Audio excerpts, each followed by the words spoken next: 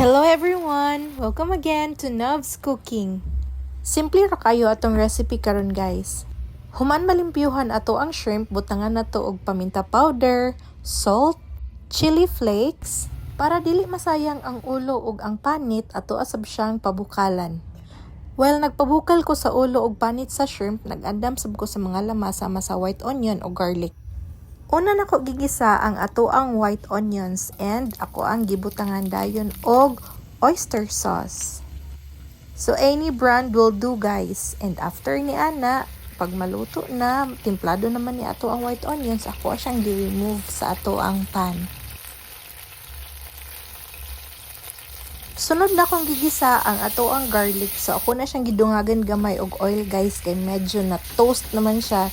And after niya nagilunod na ko ang ato ang shrimp.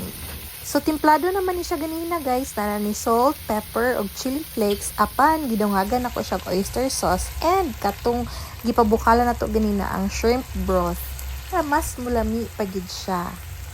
So leave it for about 2 minutes para mas maluto pa ang atong shrimp. And ako adang gibalik og lunod ang ato ang white onions. And super lami ni siya guys. May pagka-sweet, spicy, salty sab kamay. Well blended jud kayo ang iyahang timpla guys. So thank you so much for watching everyone. I hope you enjoy.